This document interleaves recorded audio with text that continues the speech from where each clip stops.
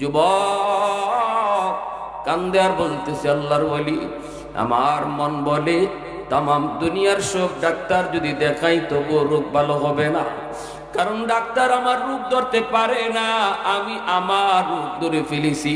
আমার রোগ হলো আসমানে, চিকিৎসা চলছে জমিনে। এই হাত, যে হাত আমার ফসতেছে হুজুর, এই হাত দিয়ে আমি মারছিলাম। আমি আমার মার করবে একমাত্র সন্তান, কষ্ট করে করে মা আমারে পড়ালেখা করাইলো। জন্মের কিছুদিন পরেই বাবা মারা গেলেন।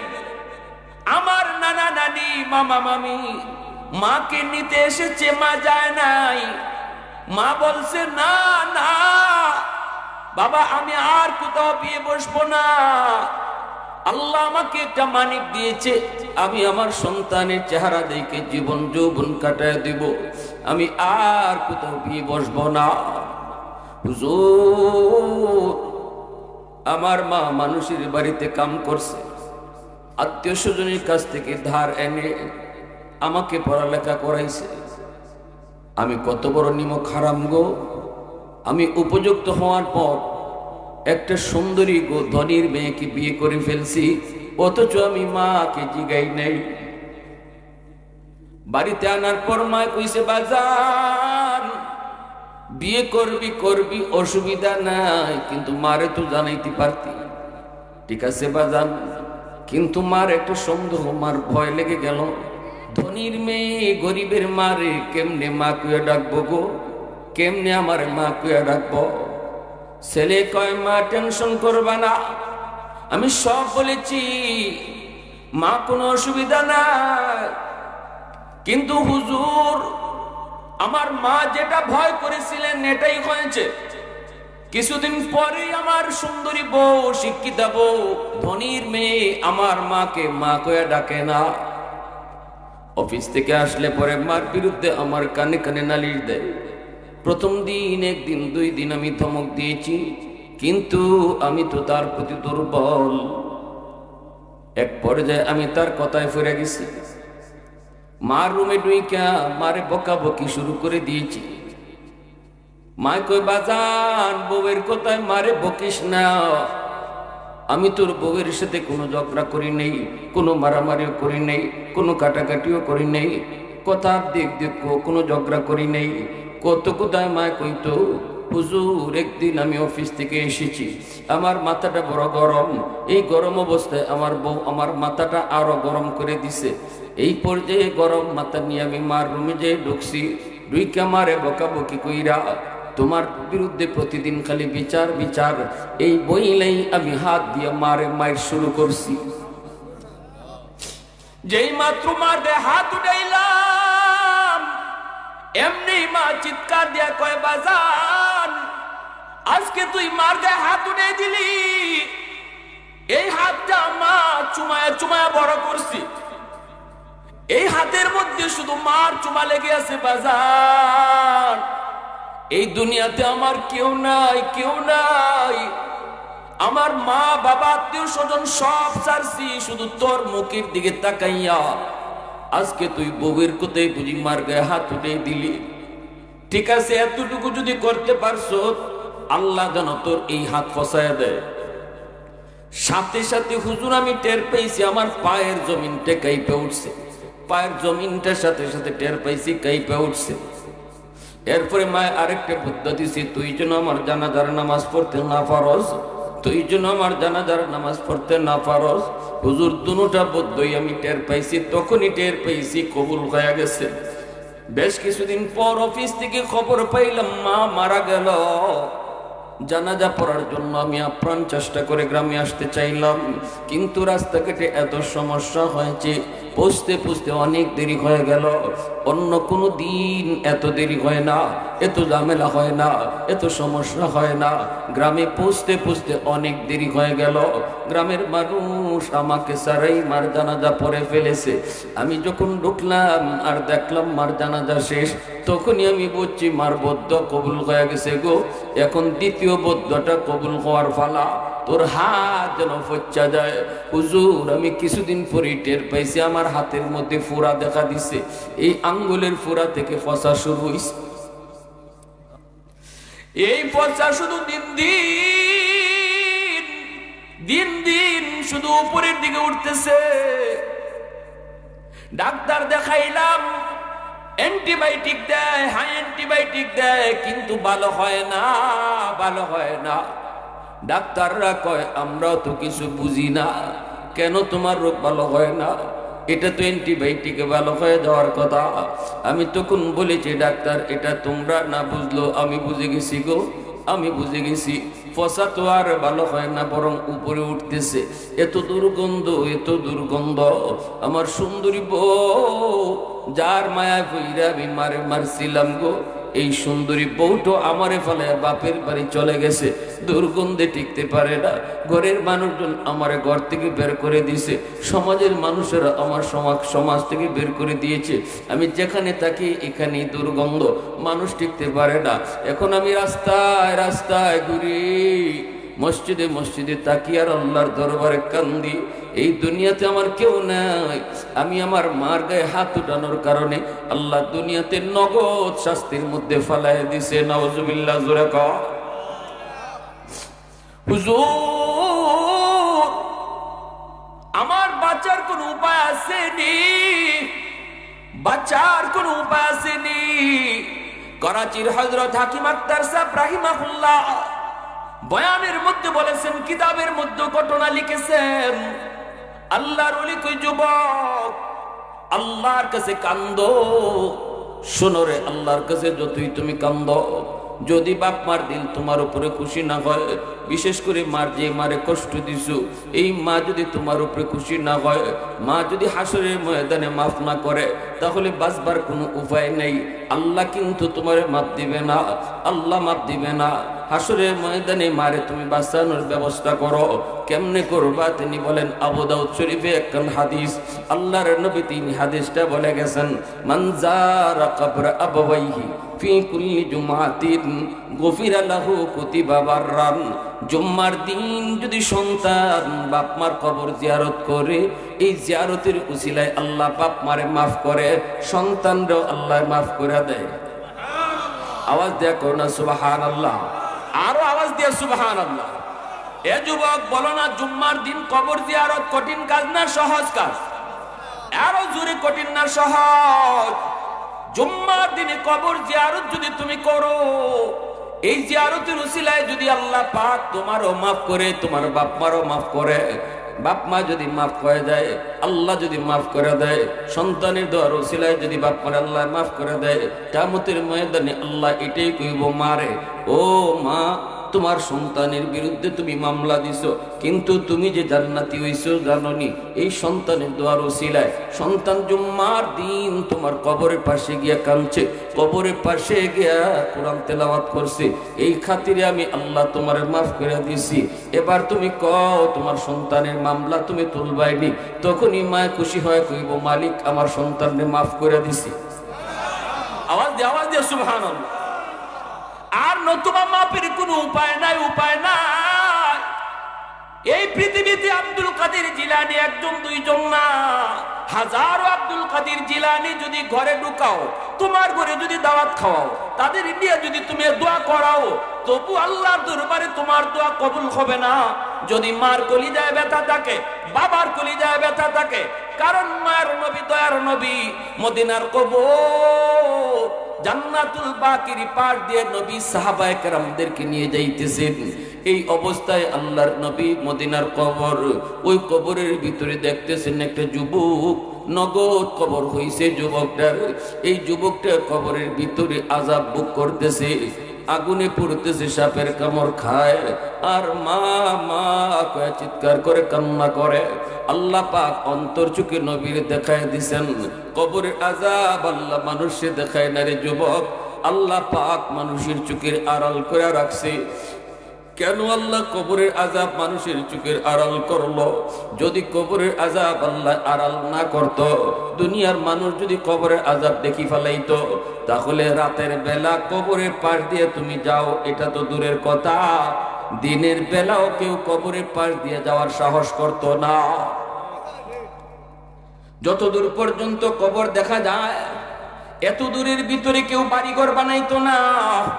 কবরের আযাব যদি মানুষ দেখতো আর ওই মুর্দার চিৎকার কান্নার আওয়াজ যদি শুনতো, ফেরেশতার মাইরের আওয়াজ যদি শুনতো, কবর যতদূর পর্যন্ত দেখা যায় এর ভিতরে কেউ বাড়িঘর পর্যন্ত বানাইতো না ডরাইয়া। কবরের আযাব যদি আল্লাহ মানুষে দেখাইতো, সন্তান মার লাশ নিয়ে কবরে যাইতো না, সন্তান বাবার লাশ নিয়ে কবরে যাইতো না, ব্যবসা বাণিজ্য করতে পারতো না। মার কবরের মধ্যে আযাব হইতেছে, ছেলে ব্যবসা করে কেমনে, বাবার কবরের মধ্যে আযাব হইতেছে নিজের চোখে দেখে, এই সন্তানের ভিতরে বাদ যাইব কেমনে, গুম হইব কেমনে।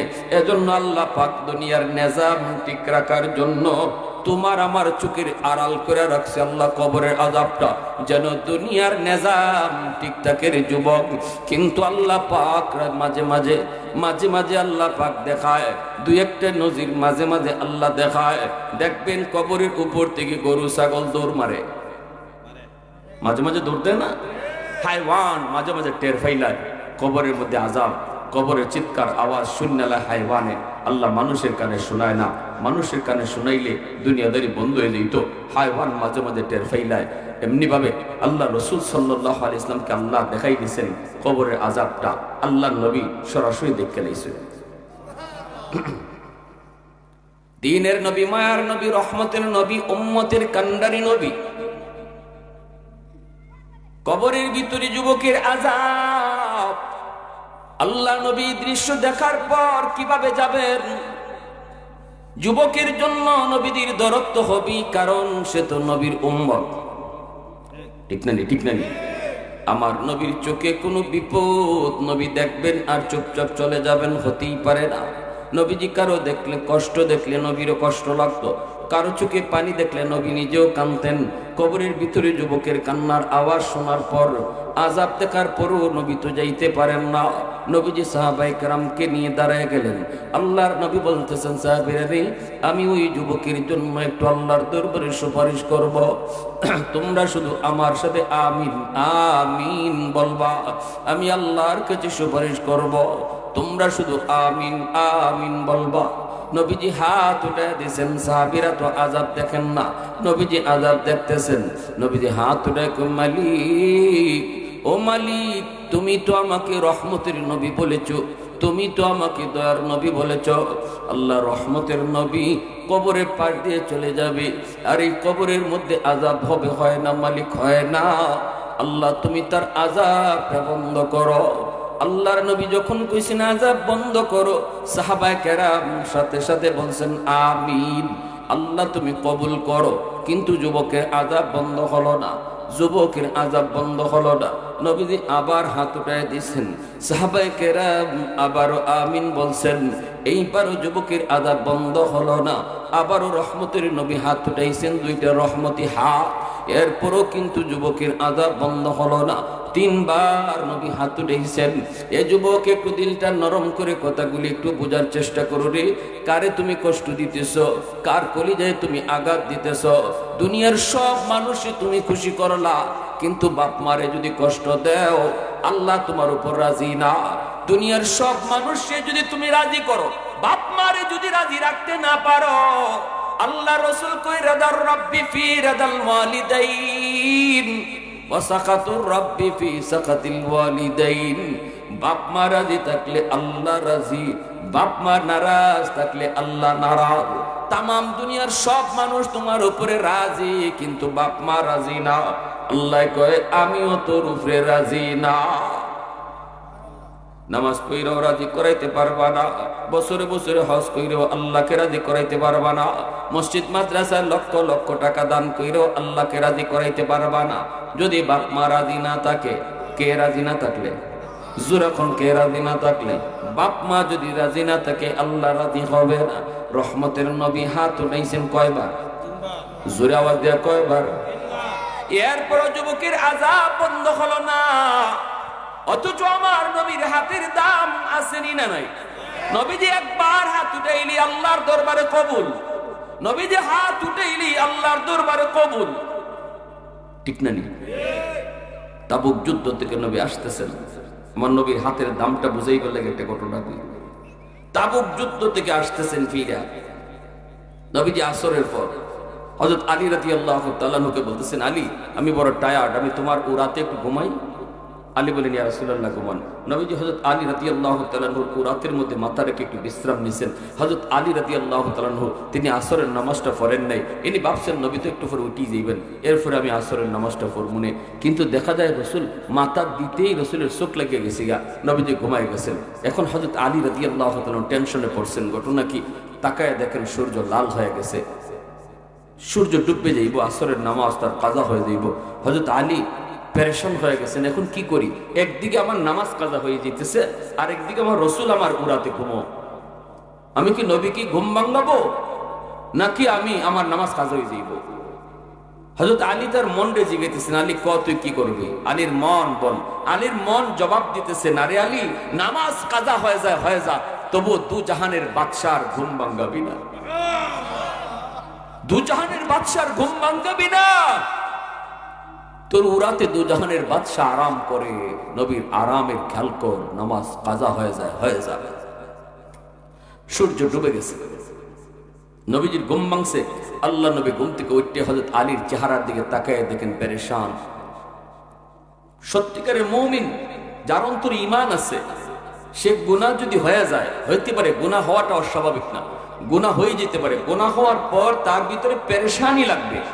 মাল ঈমান ইয়া রাসূলুল্লাহ, ইযা সাররাতকা হাসানাতুকা ওয়া ইযা সাআতকা সাইয়্যাতুকা ফাআনতা মুমিন। ঈমান কার আছে রাসূল স্কেল বলে দিয়েছেন। গুনাহ হওয়ার পরে যার ভিতরে পেরেশানি লাগে, আর নেক কাজ করলে যার অন্তরে আনন্দ লাগে, রাসূল কয় বুঝবাই তার ঈমান আছে। আর গুনাহ হওয়ার পরেও যার পেরেশানি লাগে না, বুঝবাই ঈমান নাই। এবার এখন আমরা প্রত্যেকেই যার যার ঈমান মাপতে পারবো, আমার অন্তরে ঈমান আছে না নাই।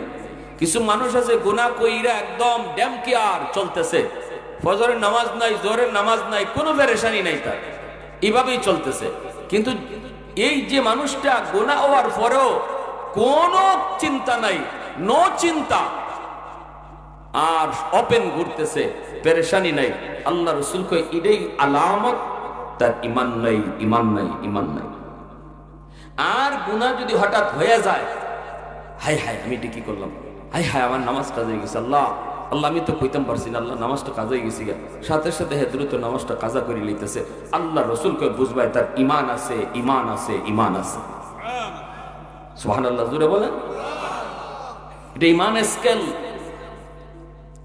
আলী রাদিয়াল্লাহু তাআলার চেহারার মধ্যে পেরেশানি আসবেই তো, কত বড় ঈমানওয়ালা, পেরেশানি আসছে। আল্লাহ রাসূল ঘুম ভাঙল। নবীজির ঘুম ভাঙার পর নবী তাকায় দেখেন চেহারার মধ্যে বড় পেরেশানি। আল্লাহর নবী বলতেছেন, আলী রে এত পেরেশানি কেন, ঘটনা কি? আলী রাদিয়াল্লাহু তাআলা বলেন, নবী গো আমার আসরের নামাজ কাজা হয়ে গেছে। এবার নবীজি বলেন, আলী করছো কি, তুমি আমারে ডাক দিলা না কেন? হযরত আলী বলে, নবী গো আমার মন বলে দু জাহানের বাদশার ঘুম ভাঙালে নবীর কষ্ট হবে, এজন্য আমি আপনাকে ডাক দেই নেই গো নবী। আল্লাহর নবী কথাটা শোনা মাত্রই নবীজি দুইটা হাত উঠায় দিয়েছেন। রদ্দের শামস নামক কিতাবের ভিতরে লিখছেন, নবীজি দুইটা হাত বাড়ায় বলতেছেন, মালিক, ও মালিক, আজ আমার আলী তার আসরের নামাজ কাজা হয়েছে নিজের কোনো দোষে নয়, তোমার বন্ধুর আরামের কারণে। আল্লাহু আকবার। আমার আলী কিন্তু নিজের দোষে নামাজ কাজা করে নাই গুণ, আল্লাহ ঘুমায়া নামাজ কাজা করে নাই, নিজের কাজে নামাজ কাজা করে নাই, দোকানদারি করতে গিয়ে নামাজ কাজা করে নাই, কাজা হইছে তোমার বন্ধুর একটু আরামের কারণে, তোমার বন্ধুর একটু আরামের কারণে। ও মালিক, যদি এমনই হয় তোমার সূর্য ডুবলো কেন? সূর্য তো তোমার কথায় উঠে ডুবে, তোমার সূর্য ডুবলো কেন? আল্লাহু আকবার, জোরে কও। আজ যদি আমার আলী তোমার দুস্তের আরামের কারণে তার নামাজ কাজা হইল, সূর্য কেন ডুবলো? সূর্য আরো আকাশে উঠায় রাখলা না কেন? সূর্য তুমি আকাশে আটকায় রাখলাই না কেন? আল্লাহ আমি মানি না, মানি না, মানি না, আমার আলীর নামাজ কাজা হইতেই পারে না, আমার আলীর নামাজ কাজা হইতে নিতেই পারে না, হাত দুইটা উঠায় দিলাম। আমার হাত উপরে থাকতে থাকতে ডুবন্ত সূর্য আবার আকাশে উঠাও। আমার হাত উপরে থাকতে থাকতে ডুবন্ত সূর্য উঠাও। রদ্দে শামস নামক কিতাবের ভিতরে লিখেন, নবীজির হাত উপরে থাকতে থাকতেই আল্লাহ পাক ডুবে যাওয়া সূর্য আবার আকাশে উঠায় দিয়েছেন।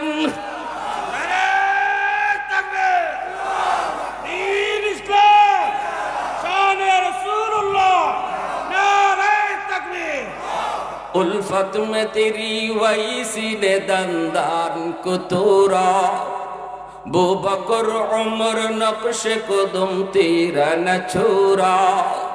उल्फत में तेरी वही सीने दंदान को तोरा, बो बकर उमर नक्श कदम तेरा न छोरा। ऐ उशाक नबी वाके असरार मदीना, सुल्तान का सुल्तान है सुल्तान मदीना। सरकार का सरकार है सरकार मदीना, गुलजार का गुलजार है गुलजार मदीना।